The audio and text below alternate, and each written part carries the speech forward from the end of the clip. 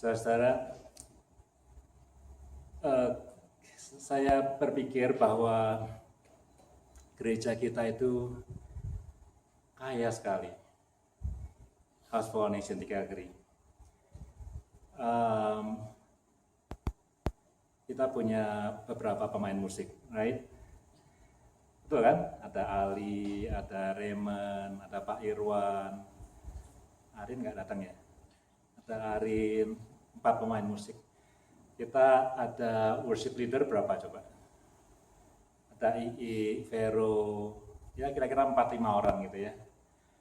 Ini gereja, saya pikir-pikir gereja yang super kaya. Ya, super kaya.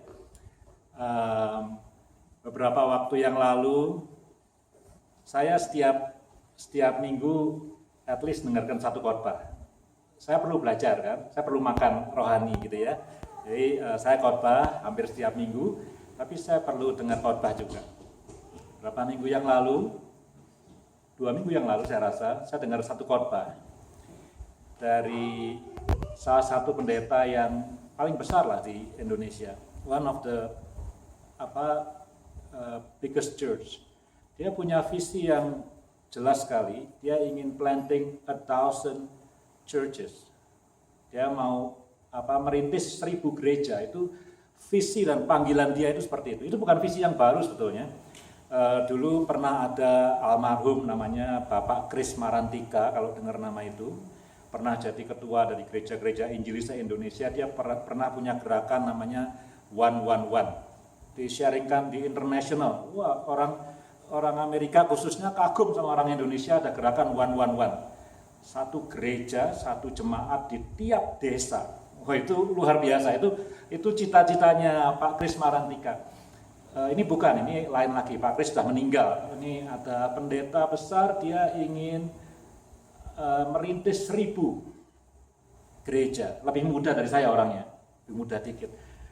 Waktu dia bilang 1.000, saya tidak terlalu ada getaran apa-apa. Tapi terus dia bilang, you know what, saya merintis 1.000 gereja, saya perlu menyiapkan 1.000 pastor, saya perlu menyiapkan 1.000 worship leader, at least, kalau tidak pernah ganti, minggu pertama, kedua, ketiga, keempat, itu terus, at least satu gereja perlu satu worship leader, saya perlu satu musician, yang main tiap minggu, kalau punya 2 untung, bisa dibagi 2, 50-50. Percentage, right? Saya perlu at least 1.000 usher, ya tahu, kalau mau ada ushernya yang melayani perjamuan kudus. Semuanya perlu 1.000 multimedia operator dan semuanya 1.000 karena visionnya adalah planting 1,000 churches. Waduh, waktu itu saya baru ngeh, wah gereja kita ini mewah sekali ya. Ya, mewah sekali loh. Ada II sama Ali berdua aja udah berlebih-lebih itu ya dibanding 6.000 gereja. Belum ada Vero bisa bikin ada Putra, wah this is luar biasa kayanya ya.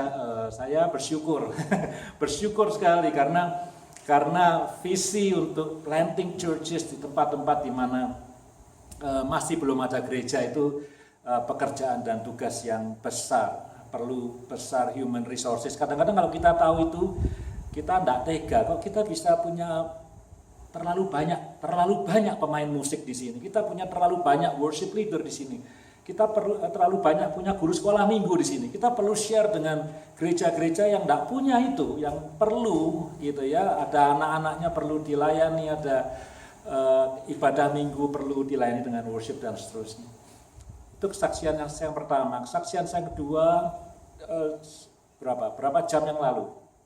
Mungkin nggak lebih 48 jam yang lalu, kalau saudara ikutin berita di airport di Kabul ada bunuh diri, aksi teror bunuh diri, 170 orang seenggaknya meninggal, yang luka lebih dari 200. Biden sudah bilang kita tidak akan biarkan ini, we will hunt down. Dia akan diburu itu pelakunya sama Biden. Ya, padahal Amerika udah bilang tanggal 31 Agustus dia mau pergi semua dari Afghanistan. Tapi dia bilang siapa saja nih pelakunya bakal diburu sampai ketemu gitu ya. 170 orang meninggal di luarnya airport, dekat airport situ. Saya nggak tahu Bapak Ibu tahu atau enggak, tapi House for Nation sedang mensponsori satu refugee Afghanistan untuk datang ke Kanada. Sudah diurus cuman belum lolos gitu ya.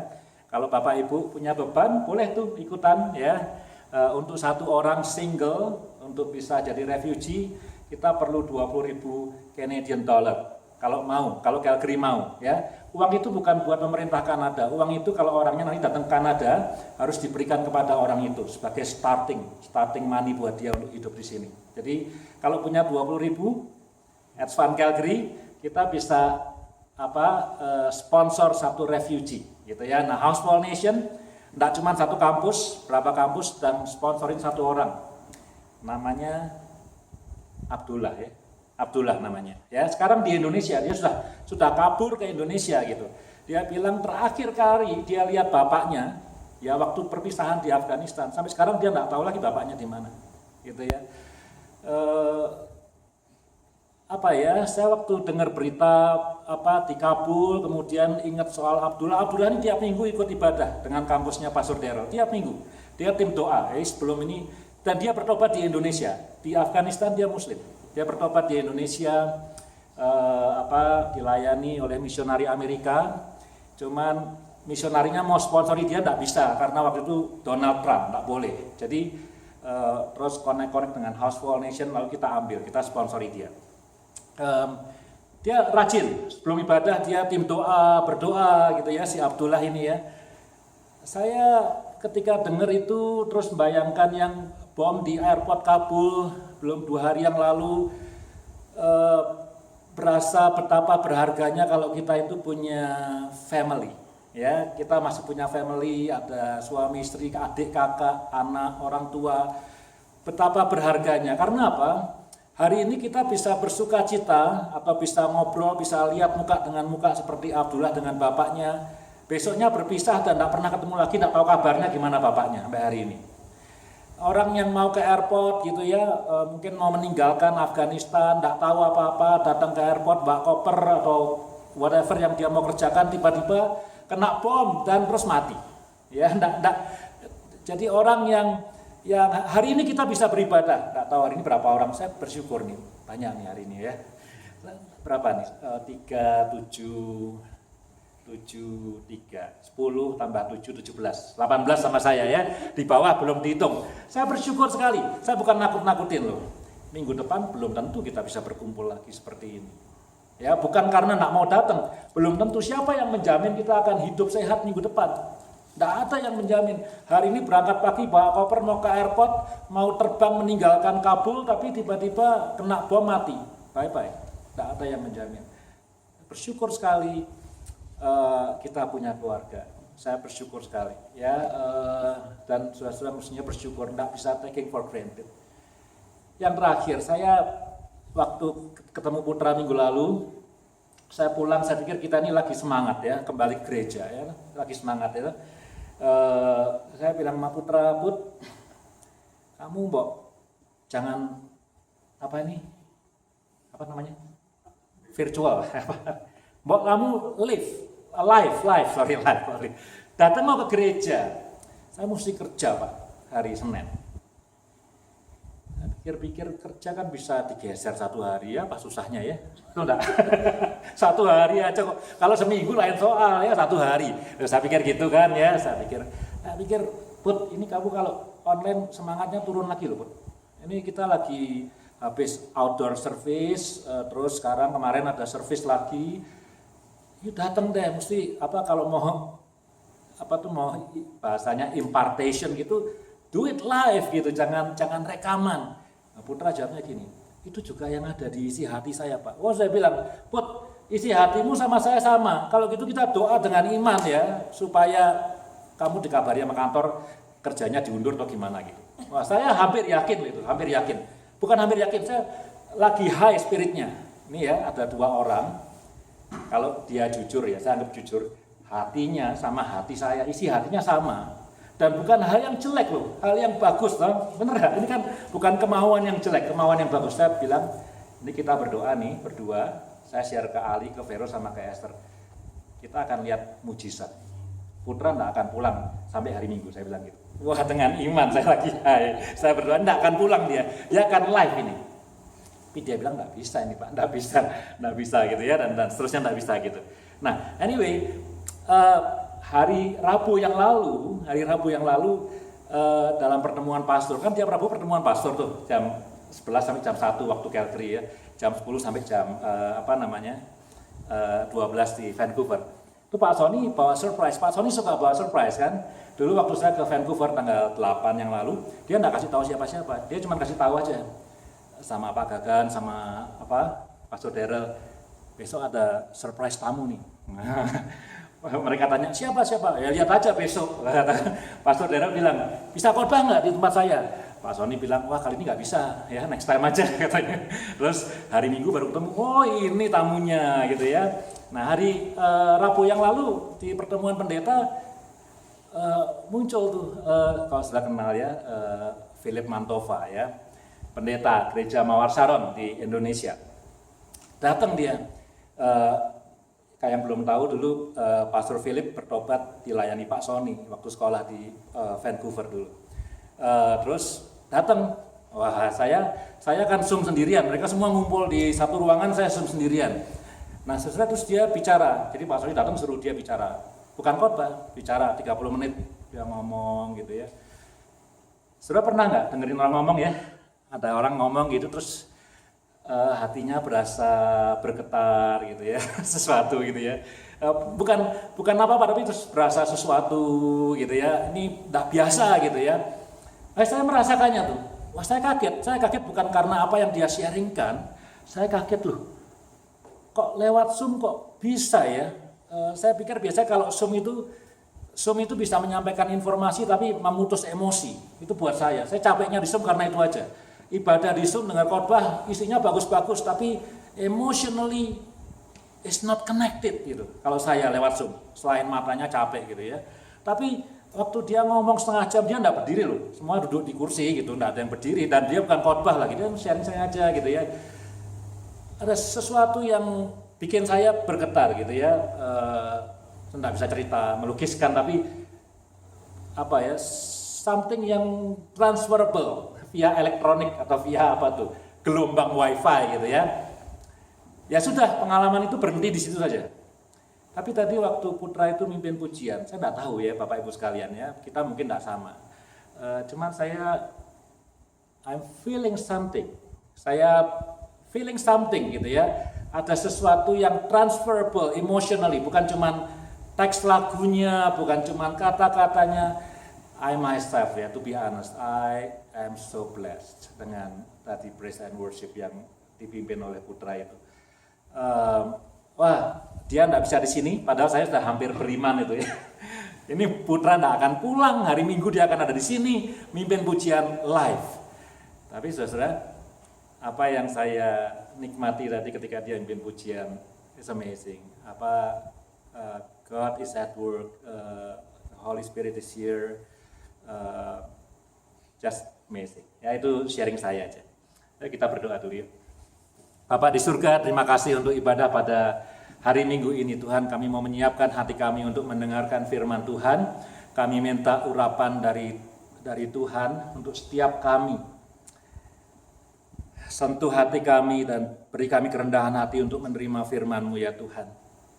Untuk menerima firman-Mu dan untuk mentaatinya. Tuhan juga memberkati Putra di Fort Mac yang mungkin sedang bekerja dan keluarganya, lindungi mereka dan pakai Putra lebih lagi Tuhan untuk melayani Engkau. Dan Kau berkati ibadah ini, kehadiran-Mu, Your presence with us. Speak to us Lord Jesus, speak to us. In Your precious name we pray. Amin. Amin. Saudara, kita akan melihat dari Injil Markus pasal yang keempat. Ada satu hal nih, saya yang lupa nih. Mbak kacamata. Markus pasal yang keempat, ayatnya yang ke 26 sampai 32. Yang sini size-nya besar, yang ini kecil. 1,5 ya? Oh, boleh.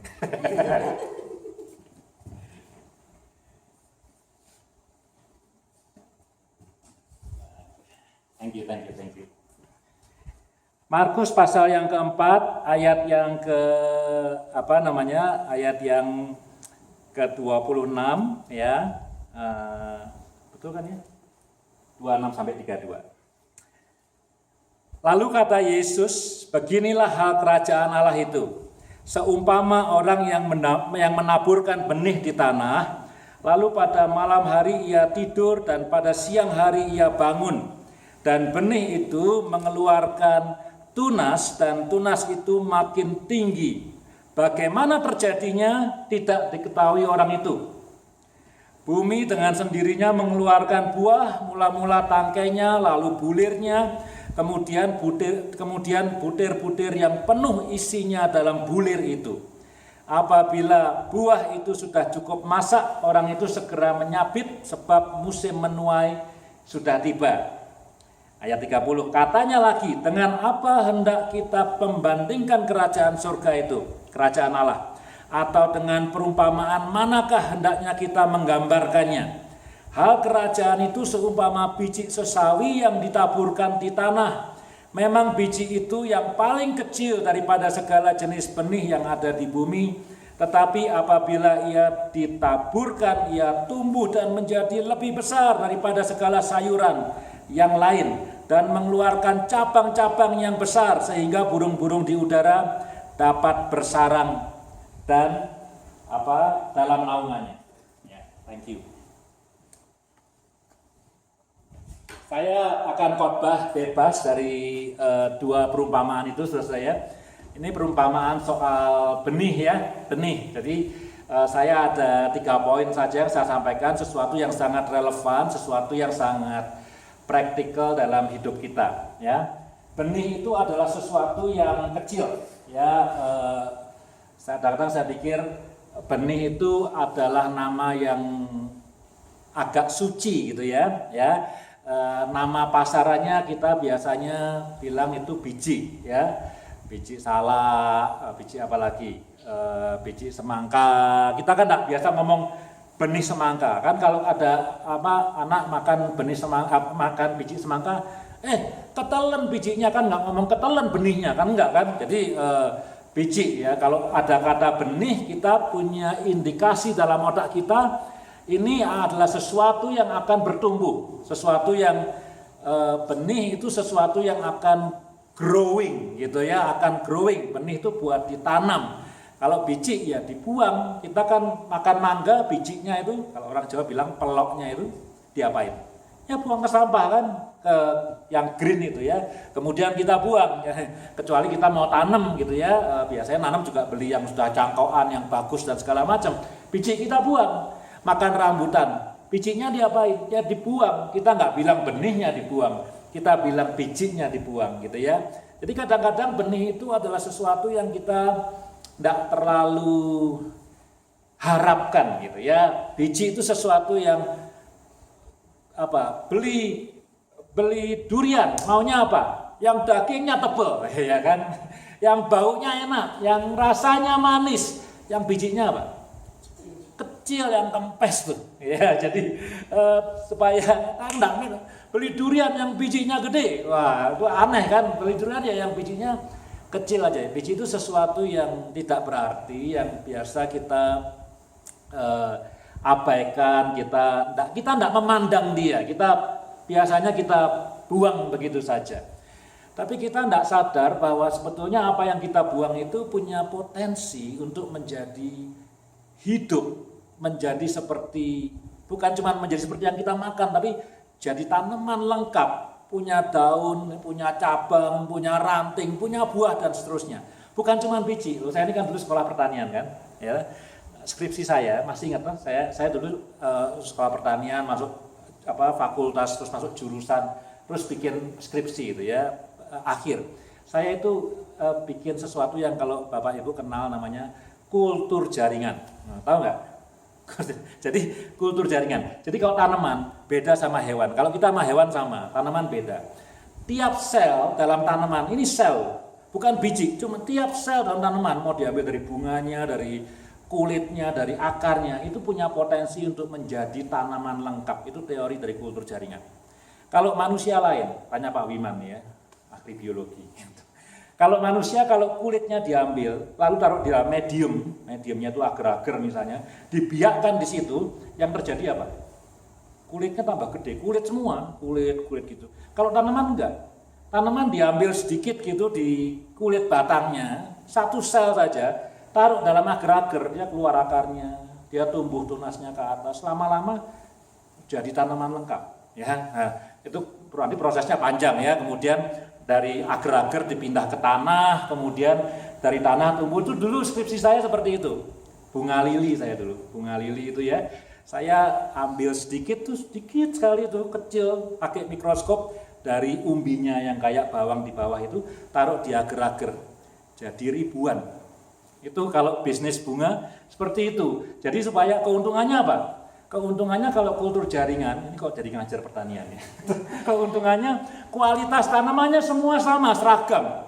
Kalau kita nanam biji, enggak seragam ya. Kita bapak ibu yang sama aja, anaknya beda-beda kok, mukanya kok. Ya, jadi tapi kalau ini namanya pembiakan vegetatif. Nah, ini kuliah ya, bukan generatif.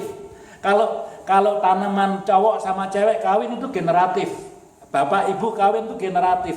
Tapi kalau vegetatif itu dari satu sel yang sama dibiakkan dalam media, semua bunganya sama semua nanti. Kualitinya itu kontrolnya bagus sekali ya. Nah, itu cerita singkat saja ya tentang pembiakan gitu ya. Nah, kalau tanaman satu sel bisa growing jadi fully individual tree atau plant gitu ya. Kalau hewan sel kulit ya jadi kulit semua gitu. Sel rambut dibiarkan ya rambut semua gitu. Nggak bisa jadi manusia lengkap, nggak bisa, atau jadi anjing lengkap, nggak bisa ya. Jadi kalau tanaman bisa seperti itu. Nah, benih itu punya potensi jadi besar. Maka itu saya pernah khotbah di sini, khotbah waktu mengenai perumpamaan ada benih jatuh ke pinggir jalan dan segala macam. Benih yang jatuh ke tanah yang baik hasilnya apa? Berkali-kali lipat. Saya bilang itu bukan mujizat, itu natural. Bayangin ya, pakai mangga aja, satu pelok mangga kita tanam, anggap aja kita masih hidup sampai puluhan tahun gitu. Itu pohon mangga jadi gede banget ya, tiap tahun pada musimnya buahnya lebih dari 100. Bijinya cuma satu loh. Kita nggak perlu nanam 100 biji untuk bisa menikmati 100 mangga. Dan setiap tahun lebih dari 100 mangga. Saya pernah punya pohon mangga, saya tahu ratusan ya, tiap tahun ratusan. Cukup satu biji. Jadi benih yang kita sering anggap kita buang ke sampah, sesuatu yang kita sepelekan itu punya potensi untuk jadi besar, berbuah berkali-kali lipat. Nah, saudara, hidup kita itu ya sebagai anak-anak Tuhan, kita juga diberi benih. Ya, sekarang ditransfer ya dari biji di benih. Kita diberi benih, nggak tahu itu benihnya itu apa dalam hidup kita. Mungkin Ali dulu punya benih untuk bisa main gitar dulu ya, tapi kan nggak pernah ketahuan sampai belajar kemudian tahu dia bisa main gitar gitu kan.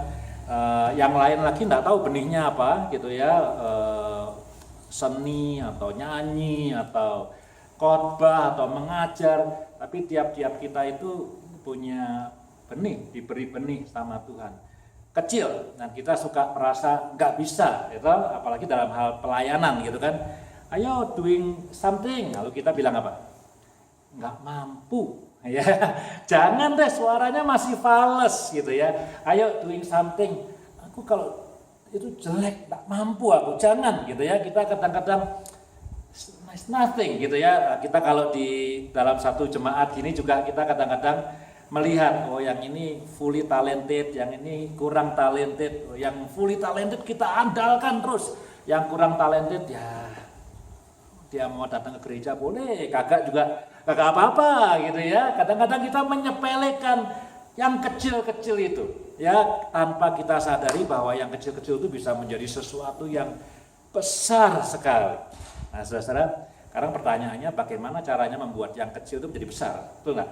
Ya, at least ada dua. Oh, sebelum saya bilang ada dua. Yang kecil itu bisa bagus, bisa jelek, ya kan? Yang kecil bisa bagus, bisa jelek gitu. Jadi kalau misalnya yang kecil itu adalah biji dari mangga yang manis, itu bagus. Kalau disirami, ditanam, dikasih pupuk, tumbuh ya, kita nikmati mangga yang manis. Tapi kalau benihnya dari mangga yang asem, mangga asem ya, atau pahit, mangga yang asem, ditanam, disirami, jadi gede, jadi mangga yang asem ya, mungkin mangga bukan lawannya mangga. Mangga enak dinikmati, yang satunya semak berduri, disirami terus makin gila dia tumbuhnya gitu ya. Nah, kita dalam hidup kita juga ada yang kecil-kecil itu bukan cuma potensi yang positif, juga ada potensi yang negatif. Juga ada dosa yang kecil-kecil ya ada gitu ya. Kebiasaan buruk lah, jangan ngomong dosa terlalu kejam gitu ya. Ada kebiasaan buruk di dalam kita. Kita mengatakan oh itu that's small, itu insignificant. Dia tidak akan mempengaruhi aku nanti masuk surga atau masuk neraka ya. That's small things. Tapi small things itu ya, yang kita anggap sepele itu kalau disirami jadi gede gitu ya. Yang bagus jadi makin bagus, yang jelek menghancurkan dan merusak. Kira-kira gitu. Nah, gimana nih caranya supaya yang kecil yang kita anggap insignificant, kita bilangnya yang bagus ya. Yang bagus yang Tuhan berikan kepada kita yang insignificant itu bisa growing. Nah, kita mesti ada dua ya. Yang satu ditulis di dalam Alkitab kita, yaitu harus ditaburkan itu benihnya. Jadi kalau benih itu kita beli dalam saset di Walmart tuh ada benih kan dijual tuh, bunga macam-macam. Ditaruh di saset, disimpan di lemari sampai 10 tahun, enggak jadi bunga dia. Ya itu aja terus. Ya enggak? Enggak akan menjadi bunga. Atau tomat atau timun, taruh di saset, disimpan di dalam kotak emas kalau perlu. Ya tetap benih terus. Enggak pernah dia akan menjadi pohon yang menghasilkan tomat atau timun atau bunga atau sesuatu yang bisa kita nikmati. Jadi pertama tuh benih mesti ditabur. Jadi kalau saudara diberi benih sama Tuhan, ini kan yang baik dari Tuhan ya, bukan dari setan ya. Benihnya apapun juga, entah untuk nyanyi, entah untuk khotbah, untuk mengajar, untuk membimbing, untuk reaching out people, untuk hospitality, untuk ngajar anak-anak, whatever the seed that God has given to you, kalau itu mau growing, ditabur. Kalau disimpan di lemari emas gitu ya. Kemudian serba indah gitu. It will not do anything. Sampai 10 tahun ya kecil dan tidak ada artinya. Cuman punya potensi tapi tidak pernah ada artinya, tidak ada nilainya, tidak ada value-nya gitu ya. Itu satu ya. Dua-duanya, perumpamaan dua-duanya bilang itu mesti ditabur ya. Yang pertama sebelum orangnya tidur, masih ingat yang kita baca ya, orang nabur benih terus dia tidur, dia bangun-bangun udah tumbuh gitu ya. Sebelum tidur ditabur dulu gitu ya. Yang satunya perumpamaan berikutnya juga gitu, biji sesawi ditabur dulu. Kata menabur 2 kali dalam 2 perumpamaan itu ya. Ditabur, jangan disimpan. Nah, saudara kalau punya benih juga gitu ya, harus ditabur, ditaruh di tempat di mana dia bisa bertumbuh, tanah atau kapas atau apa yang basah-basah gitu. Yang kedua, udah tahu yang pertama ya, message-nya ya. Kalau belum tahu, saya ulangi loh, lama ibadahnya. Yang kedua, tentu dirawat, ya harus dirawat dong. Ya, cuma tabur doang nggak bisa. Ditabur, dirawat, disirami. Nah itu nggak ada di sini, kita nggak baca, tapi kita assume. Banyak perumpamaan mengenai penabur. Tentu dia tabur ya, dia sirami, dia kasih pupuk ya, supaya benih itu growing. Nah, kalau benih ditebarkan gitu aja terus tidak diapa-apain, ya tidak menghasilkan apa-apa. Ya kalaupun dia tumbuh secara alami, dia tidak akan yuk welcome, enjoy ya. Jadi kalau benih ditabur di tanah, kita ndak sirami, kita ndak kasih pupuk ya, hujan deras didiamkan, ada angin puting beliung kita diamkan, ya benih itu lama-lama ya mati juga, KO juga dia. Ya kita perlu pelihara, kita perlu rawat, kita perlu sirami supaya benih itu growing, right? Supaya growing. Kita tidak bisa diamkan begitu saja. Nah kita juga, itu yang saya mau ngomong soal Ali. Ali punya seed playing music, tapi kita tidak pernah tahu. Tidak tahu, ada yang tahu apa enggak ya? Mungkin aku tahu kali serumah, saya tidak pernah tahu. Cuma tahu dia pintar nyanyi. Tapi siapa sangka ketika kita tidak punya pemain musik, dia belajar main gitar sendiri, otodidak bisa main. Nah saya mau saksi juga nih. Kejadian di Calgary ini sama dengan kejadian di Coquitlam Campus. Kalau masih ingat yang teman kita namanya Ana itu. Pernah ke sini? Di sana ada main musik. Dia ambil gitar, belajar sendiri lewat YouTube sampai bisa. Saya bilang Ana sama Ali itu kasusnya mirip, 90% mirip sekali. Jadi tidak ada pemain musik, belajar sendiri, terus bisa main musik. Ya, regardless orang bilang, oh itu mujizat dan segala macam. Kalau menurut saya itu benih yang ditabur, terus dia belajar tiap hari, disirami, ya, dikasih pupuk. Kalau didiamin aja ya nggak bisa-bisa dia. Cuman, oh ya ada seednya, tapi nothing, gitu ya. Itu contoh ya. Saya nggak tahu ya, saudara punya benih apa. Selain ditabur, mesti disirami, mesti dipupuk, mesti dikasih condition supaya dia itu bisa growing dengan baik. Nah, saya tidak mau bicara banyak hal gitu ya, tapi dalam kehidupan rohani kita nih ya, saudara tentu punya kehidupan di kantor, dalam pekerjaan, dalam rumah tangga, tapi kita anggap semua itu kehidupan kita sebagai anak-anak Tuhan. Kita tentu perlu nurturing seed yang Tuhan berikan dalam hidup kita ya. Nurturingnya bagaimana ya, kita build relationship yang erat dengan Tuhan ya. Firman Tuhan kita perhatikan tiap hari, ibadah minggu ya, atau ibadah nggak harus hari Minggu sih, Sabtu, Jumat, Senin, Minggu, Selasa ya, ibadah gitu ya, berkumpul dengan orang percaya, memuji Tuhan, menyembah Tuhan, berdoa. That is the way kita nurturing the seed. Ya, pertama ditabur, jangan disimpan di lemari. Kedua, sudah ditabur mesti dipelihara, di nurture, disirami, dikasih pupuk supaya growing. Saya mau saksi lagi, saya pernah sharing di grup Advance kalau nggak salah, tapi supaya lebih jelas lagi. Saya punya teman pendeta, dokter di Surabaya. Barusan merayakan ulang tahun pernikahan, saya lupa ke 30 berapa gitu, saya lupa. Ya, dia radiologis di Surabaya. Wah, dia cerita seru dia sama saya. Wah, teman-temannya yang mati udah banyak dia. Wah, saya kok masih hidup nih. Tuhan baik sekali. Tapi dia juga pendeta ya, karena di gereja kami orang boleh bekerja dan jadi pendeta. Dia praktek di rumah sakit terus pendeta juga gitu ya. Terus dia tulis di status di Facebooknya. Judulnya menyirami, masih ingat ya? Ya, menyirami. Bagaimana saya bisa bertahan dengan istri saya sampai 30 tahun lebih gitu ya. Saya itu kayak tanaman tuh tiap hari saya sirami gitu, nyirami gitu ya. Terus dia bilang, namanya juga manusia, sering lupa. Ya toh, saya juga punya tanaman di rumah tuh, sering lupa gitu ya. Kadang-kadang skip, kemarin lupa nyiramin, tapi ingatnya pas nyetir. Terus pulang ke rumah lupa lagi, ingatnya di mobil sampai rumah lupa. Besoknya enggak, udah 2 hari nggak disiram ya. Tapi namanya manusia suka lupa, tapi kalau ingat dia disirami aja gitu. Terus dia bilang meskipun lupa nyiremin, ternyata Tuhan memelihara juga ya, kira-kira gitu. Artinya apa? Tuhan itu berperan, Tuhan itu memelihara, Tuhan itu menyokong, Tuhan itu menopang. Tapi kita ya nyiremin aja. Bukan berarti siraman kita itu menggaranti bahwa kehidupan kita akan bahagia. Ada Tuhan yang bekerja. Kita suka lupa nyiramin kok. Tapi kalau ingat ya disiramin gitu ya dalam kehidupan rumah tangga. Rumah tangga juga kayak seed ya, suami istri ada seed ya. Nah, supaya bisa growing well seednya ya disirami gitu ya. Jangan disiram dengan Ali yang ngomong ya, jangan disiram sama minyak, kebakar nanti. Siram dengan air, kasih pupuk gitu ya, siram minyak repot gitu ya. Jadi saudara, itu yang pertama. Jadi benih sesuatu yang sepertinya insignificant ternyata punya potensi besar sekali.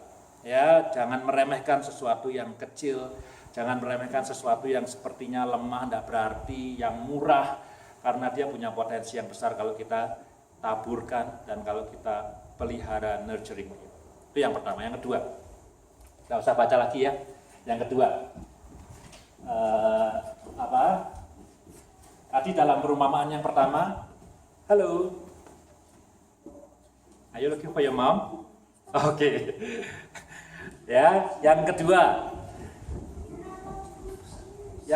tadi orang yang pertama setelah nabur benih dia tidur, terus dia bangun. Tadi kan yang kita baca bilang, nggak tahu bagaimana itu, kok tiba-tiba jadi tanaman lengkap gitu, nggak tahu dia, gitu ya. Kemudian tadi yang sawi, ini benih yang paling kecil. Ada kesan tadi waktu kita baca, ada kesan hasilnya itu itu spektakuler sampai unbelievable kepada orang yang menabur. Karena ini kata Alkitab ya, jangan diselidiki ya. Oh enggak Pak, saya menemukan benih yang lebih kecil dari benih sawi katanya. Enggak tahu saya ini sawinya apa gitu ya, cari sendiri. Tapi Alkitab kita mengatakan this is the smallest seed katanya in the world ya gitu ya. Tapi menjadi pohon yang gede banget, saya enggak tahu sawi kok bisa burung-burung pada bersarang, saya enggak tahu sawi apa itu. Enggak ngerti ya, kita terima aja ini ayatnya gitu ya. Tapi yang ingin disampaikan oleh ayat ini bahwa hasilnya itu di luar dugaan gitu. Mestinya kalau benihnya gede ya pelok mangga itu. Tapi kalau kecil ya pohonnya kecil aja lah segini. Tomat kan, tomat segini ya semeter kita ya, kecil gitu. Cabai kecil ya. Tapi kalau misalnya mangga boleh tuh gede, cocok. Benihnya kan segini gitu ya. Tapi somehow firman ini mengatakan yang satu tidur bangun-bangun loh. Tadi cuma nabur aja sekarang udah gede gitu ya. Tadi nabur kecil, benih yang paling kecil sekarang jadi sawi yang paling gede gitu. Nah saudara, yang kedua, tadi kalau yang pertama kita diminta untuk menabur dan memelihara benih yang Tuhan berikan kepada kita. Yang kedua ini ternyata tangan Tuhan bekerja, seperti kesaksian teman saya tadi, yang dokter tadi ya, yang pendeta tadi. Ternyata tangan Tuhan itu bekerja meskipun seringkali kita tidak melihatnya. Penabur, menabur benih, terus tidur. Kan tidak melihat, tidur kan merem ya. Bangun-bangun jadi tanaman. Ya, seringkali kita tidak melihat, Tuhan, kamu di mana? Tuhan, kamu kok tidak menolong saya? Tuhan, kamu kok tidak berbuat apa-apa gitu ya?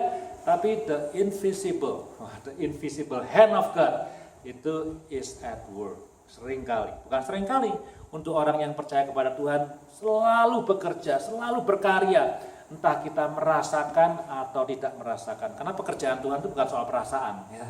Pekerjaan Tuhan itu soal hasil. Waduh, ini kata-kata yang berat nih. Ya, perhatikan nih. Pekerjaan Tuhan itu bukan soal perasaan. Kok Tuhan nggak bekerja ya? Bukan soal perasaan. Pekerjaan Tuhan itu soal hasil. Ya, wah, benih yang paling kecil jadi tanaman yang paling besar.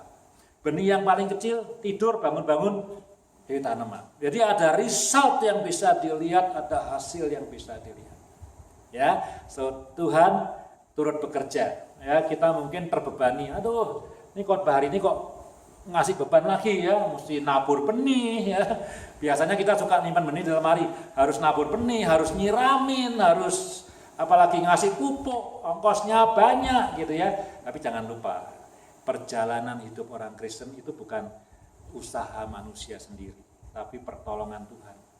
Entah kita merasakan atau tidak, kita melihat atau tidak, Tuhan itu menolong.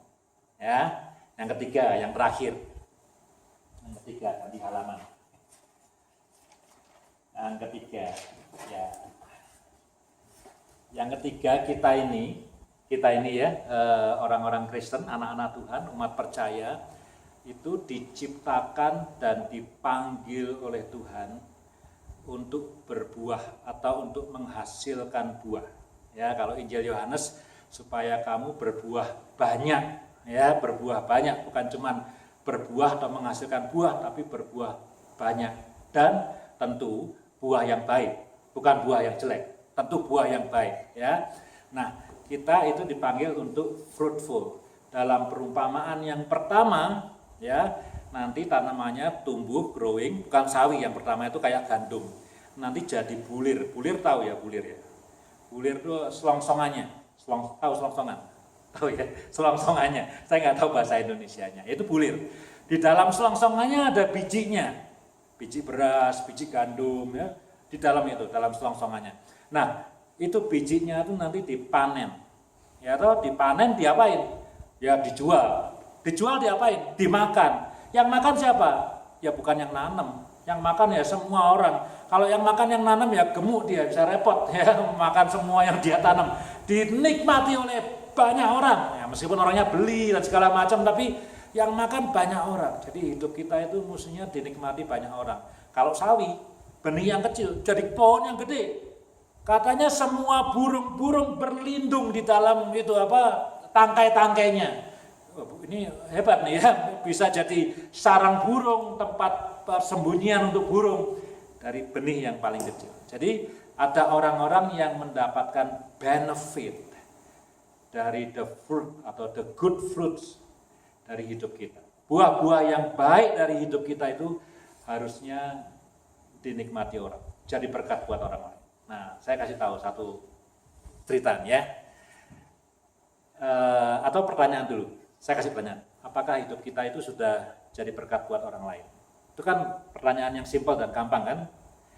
Kalau belum, saya ingin meyakinkan seyakin-yakinnya 1000% bahwa orang Kristen dipanggil untuk jadi berkat bagi orang lain.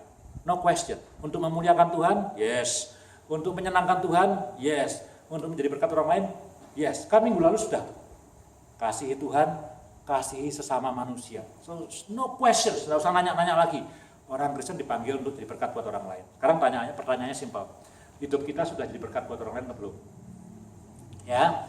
Lalu kita bilang, saya selama jadi orang Kristen sudah selesai sekolah, sudah bekerja, sudah dapat titel yang baik, dapat jabatan yang baik di kantor, gitu ya.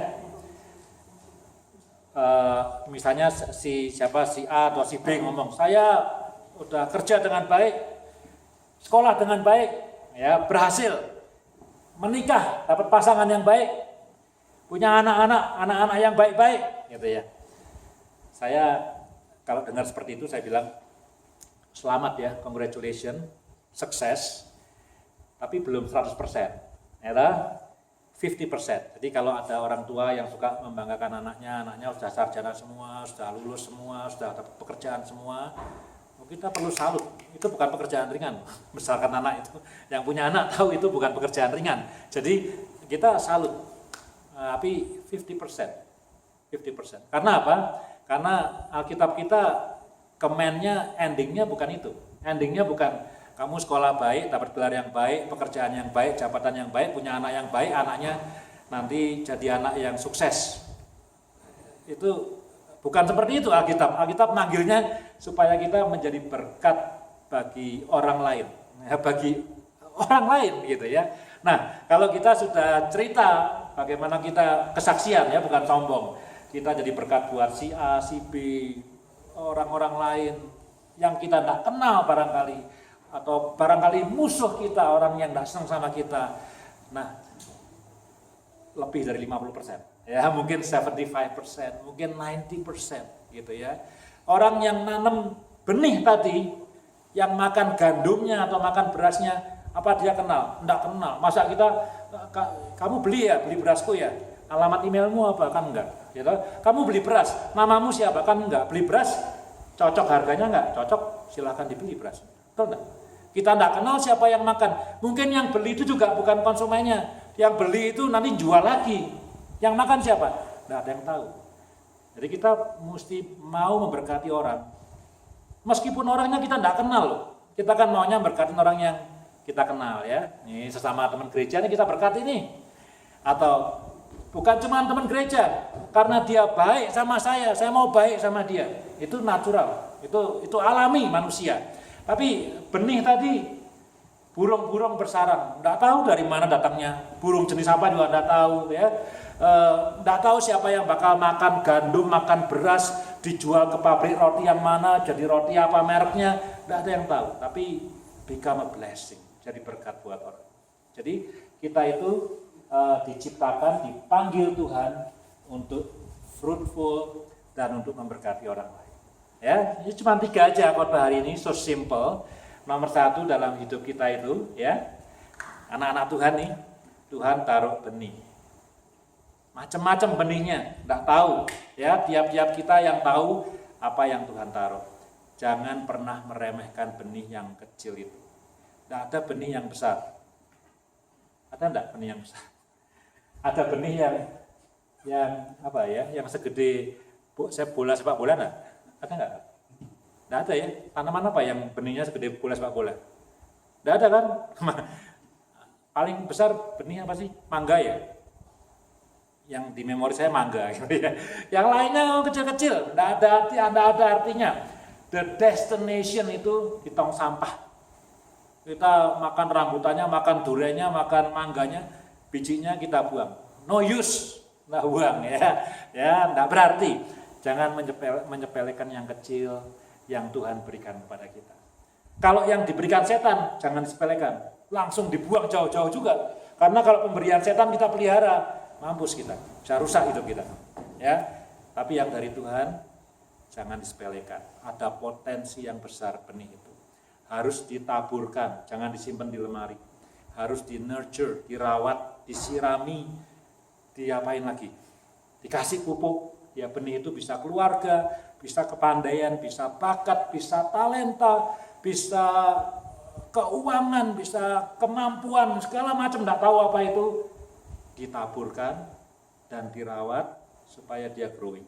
Yang kedua, jangan lupa, hidup anak-anak Tuhan itu bukan usaha manusia semata.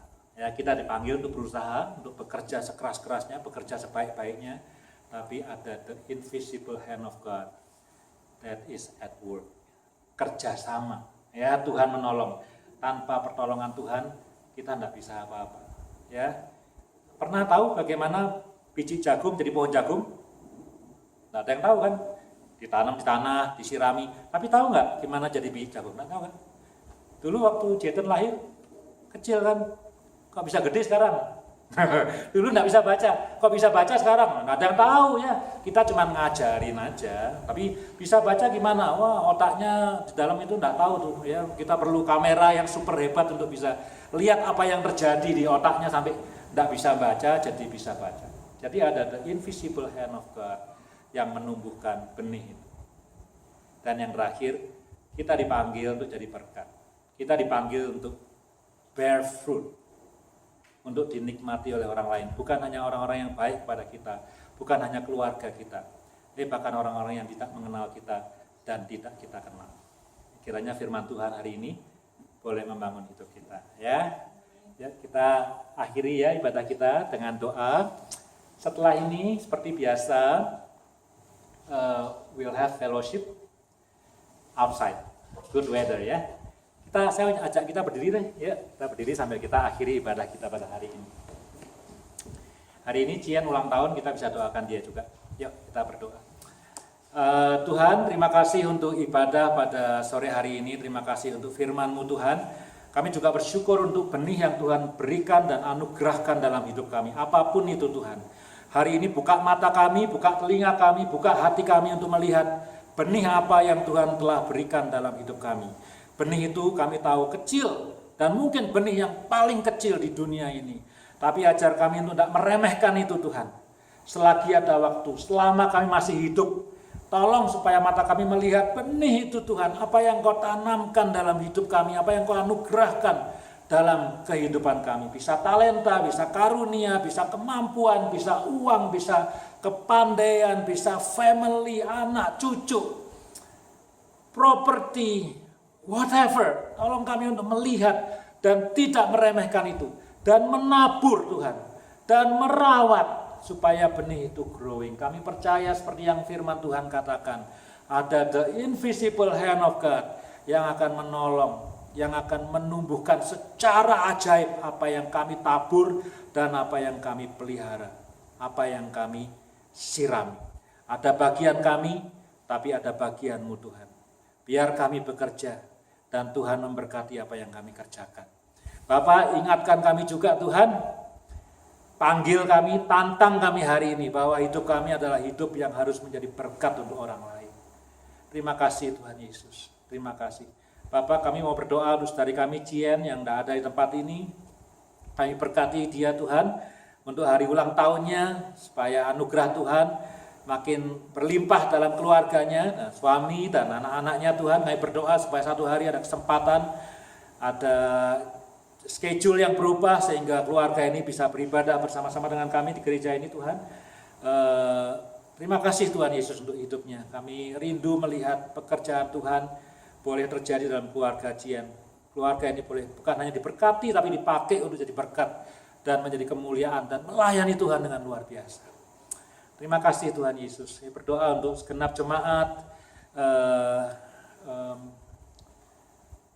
minta berkat Tuhan, minta perlindungan Tuhan, minta kasih setia Tuhan, minta pimpinan, guidance from you Lord Jesus. To each member of Household Nation di Calgary ini, tolong Tuhan, mintakan berkat Tuhan. Kalau ada yang ada masalah, mintakan jawaban dari Tuhan. Kalau ada yang sakit, mintakan anugerah kesehatan, pemulihan dari Tuhan. Kalau ada relationship problem, minta supaya ada juga kesembuhan dari Tuhan. Terima kasih Tuhan Yesus. Terima kasih untuk ibadah sore hari ini. Jemaat, terimalah berkat Tuhan. Kiranya damai sejahtera dari Allah Bapa dan cinta kasih dari Yesus Kristus serta persekutuan di dalam Roh Kudus boleh menyertai hidup kita dari sore hari ini sampai nanti Tuhan datang kembali. Haleluya. Amin. Amin. Tuhan memberkati.